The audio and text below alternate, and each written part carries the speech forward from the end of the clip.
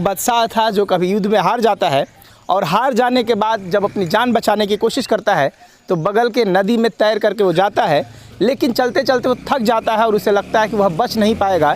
तो सामने एक भिश्ती दिखाई देता है जिसका नाम निज़ाम था और उसी निज़ाम से मदद मांगता है। उस निज़ाम ने उसकी मदद करी, लेकिन वह बादशाह जब दोबारा सत्ता में आता है तो सबसे पहले भिश्ती को गद्दी पर बैठाता है।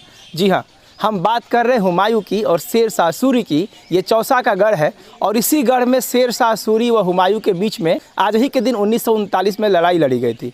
आज 25 जून है और 25 जून के दिन 1939 में शेर शाह सूरी व हुमायूं के बीच में यहीं पर युद्ध हुआ था। इस चौसा के मैदान में युद्ध हुआ था जिसमें हुमायूं की हार हो गई थी। इस तिथि को लेकर भी एक द्वंद्व है, क्योंकि अगर हम स्तूप पर देखें, यहाँ पर जो स्तूप लगा हुआ है यहाँ पर दर्ज है कि आप देख सकते हैं कि 25 जून 1539 ईस्वी दर्ज है, लेकिन यहाँ के जो स्थानीय उनका कहना है कि 26 जून 1939 था।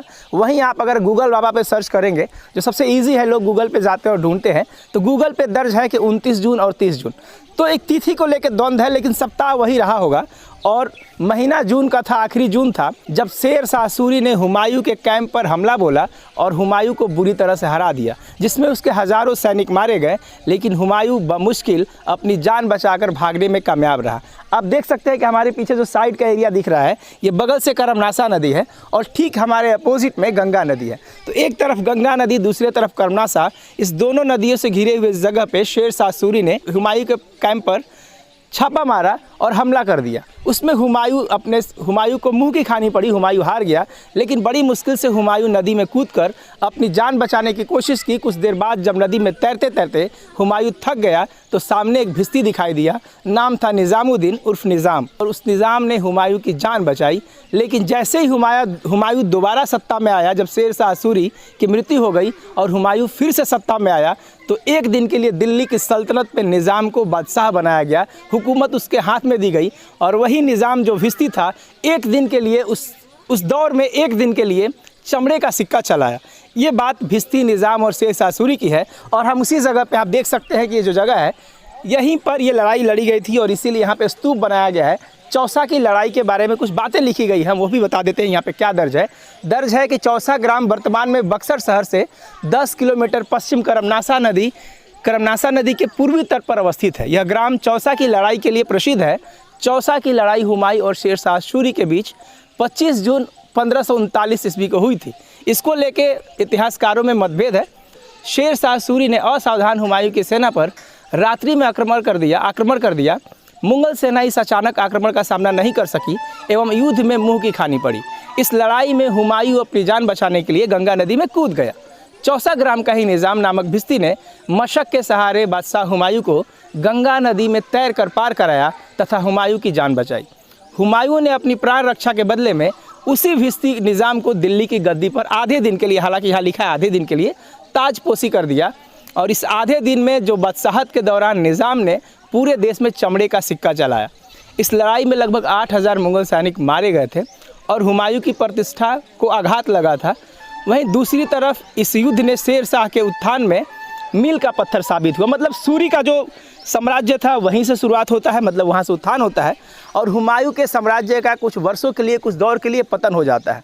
कहा जाता है कि यह चौसा की लड़ाई उस समय एक बड़ी लड़ाई थी। जब जब बक्सर में कोई भी लड़ाई हुई है तो इतिहास बदला है, और यह लड़ाई ने भी उस समय के इतिहास पे करवट लिया था। उस समय की लड़ाई भी निर्णायक थी, क्योंकि हुमायूं की जो बादशाहियत थी वो वहाँ पे कुछ देर के लिए, कुछ सालों के लिए उसका पतन हो गया था और सूरी साम्राज्य का उदय हुआ। फिर सूरी साम्राज्य पे कई बातें हैं, लेकिन सबसे बड़ी बात और सबसे रोचक बात यह है कि जिस हुमायूं की जान बचाने के लिए भिश्ती को हुमायूं ने आधे दिन के लिए सही या एक दिन के लिए सही उसको जब बादशाहियत दिया गया, उसको जब राजा बनाया गया, तो उस समय वही भिश्ती पूरे देश में चमड़े का सिक्का चलाया था। इसीलिए उस भिश्ती को हमेशा याद किया जाता है। तो ये पूरा इतिहास है इस गढ़ का, चौसा के गढ़ का इतिहास है। चूँकि जो लड़ाई हुई थी वो लड़ाई बड़ी निर्णायक लड़ाई थी और उससे इतिहास करवट लिया था। लेकिन हम बात करेंगे कि यहाँ पे क्या कंडीशन है। आप देख सकते हैं ये पार्क है। हालांकि पहले पार्क नहीं था, वर्तमान जिलाधिकारी के सहयोग से यहाँ पे पार्क बना दिया गया है, जो कि काफ़ी खूबसूरत लग रहा है। लेकिन जिस तरीके से इस पार्क का डेवलपमेंट होना चाहिए अभी भी वो नहीं हो पाया है, क्योंकि इसको बेहतर से बेहतर बनाया जा सकता था।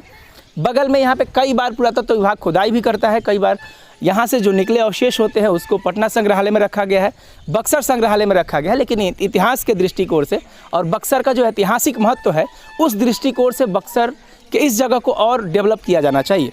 इससे पहले भी हम भोजपुर के किले में जा चुके हैं, तो वहाँ की क्या स्थिति है आपने देखा ही था। और राजपुर का जो किला है वह भी कहीं ना कहीं नेस्ता नाबूद हो रहा है। लेकिन उन दोनों के कंपैरिजन में यहाँ का किला कुछ साफ़ सुथरा है, गार्डन है, इसको और खूबसूरत किया जा सकता है और बेहतर किया जा सकता है।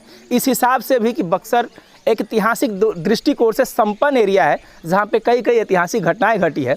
तो पर्यटन के हिसाब से भी लोग यहाँ आ सकते हैं, टूरिज़्म के हिसाब से इसको डेवलप किया जा सकता है। तो उस हिसाब से अभी भी चाहे चौसा की लड़ाई का ये गढ़ हो, चौसा की लड़ाई का यह मैदान हो, भोजपुर का किला हो, राजपुर का किला हो या बक्सर में किला मैदान है, कई चीज़ें हैं जिसको ऐतिहासिक दृष्टिकोण से संपन्न माना जाता है। तो इन जगहों पे काम करने की आवश्यकता है।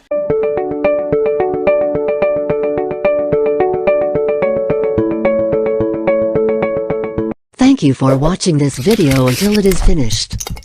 If useful to you guys, please like and share this video.